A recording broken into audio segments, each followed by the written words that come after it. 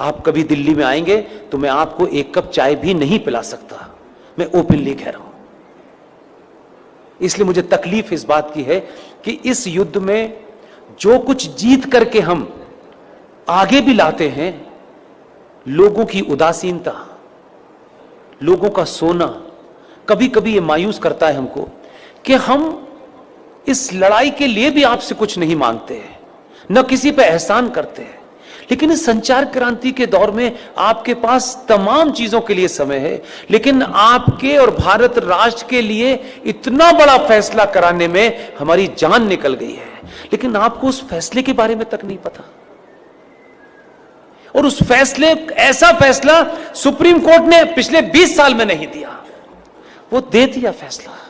अब हम उस फैसले को जाने भी और जन जन तक पहुंचाएं। हम पे थोड़ा रहम कीजिए,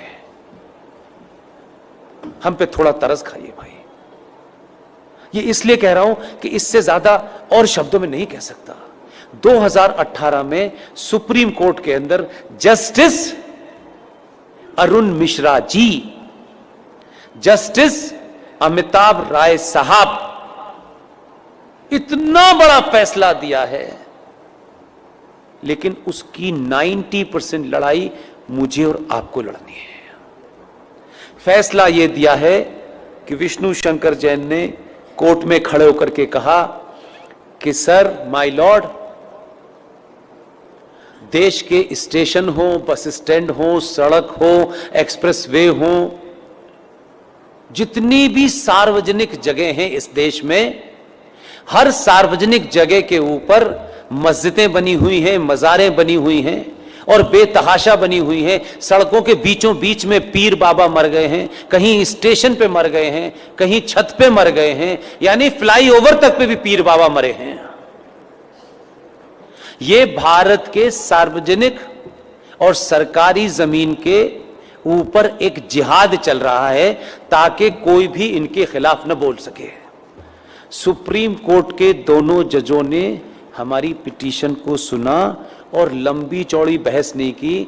हमारे सामर्थ्य के और हमारी जितनी ताकत थी, आप सोचिए कि हम किन किन चीज़ों से घिरे हुए हैं, उसके बावजूद भी यहाँ मज़ार है, वहाँ मज़ार है, इसका डॉक्यूमेंटेशन करने में हमने जितनी ताकत लग सकती थी लगाई, लेकिन हमारे पास ना इतना पैसा है कि हम देश में घूम घूम के यही काम करें।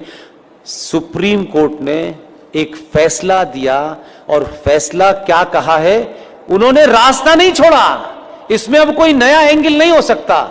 2018 में माननीय जज साहब जस्टिस अरुण मिश्रा जी, माननीय सुप्रीम कोर्ट के जज साहब अमिताभ राय साहब ने यह कहा है कि राज्य सरकारें पूरे देश में अपने अपने स्टेट में जहां भी सरकारी जमीन पर इल्लीगल स्ट्रक्चर बने हैं, उन्हें तत्काल प्रभाव से डिमोलिश करें और इसकी रिपोर्ट हाई कोर्ट में जमा करें। यह ऑर्डर सनातनियों को नहीं पता, यह भी कोई जिहादी आपको बताने आएगा। आपको अपने फायदे की भी चीज पता नहीं है, शत्रु का भी पता नहीं है भाई, तो कैसे समझाएं? घर घर जाके समझाने की हमारे पास ताकत नहीं है। इसके लिए मैंने अभी हल्द्वानी के अंदर एक मुहिम शुरू की और आपके यहां आने से पहले कर्नाटक में बीदर में रात के 1 बजे सभा में मैंने कहा, और आपसे विनती करता हूं, आप अगर कहें तो हाथ जोड़ दो, मैं हाथ भी जोड़ने के लिए तैयार हूं कि पुष्पेंद्र कुलश्रेष्ठ, क्योंकि वही एक चीज वेरीफाइड है और वेरीफाइड नहीं है। आप अपने शहर में जाएं, पिकनिक पे जाएं, आपको इतनी सेल्फी लेने की आदत है, अच्छी बात है।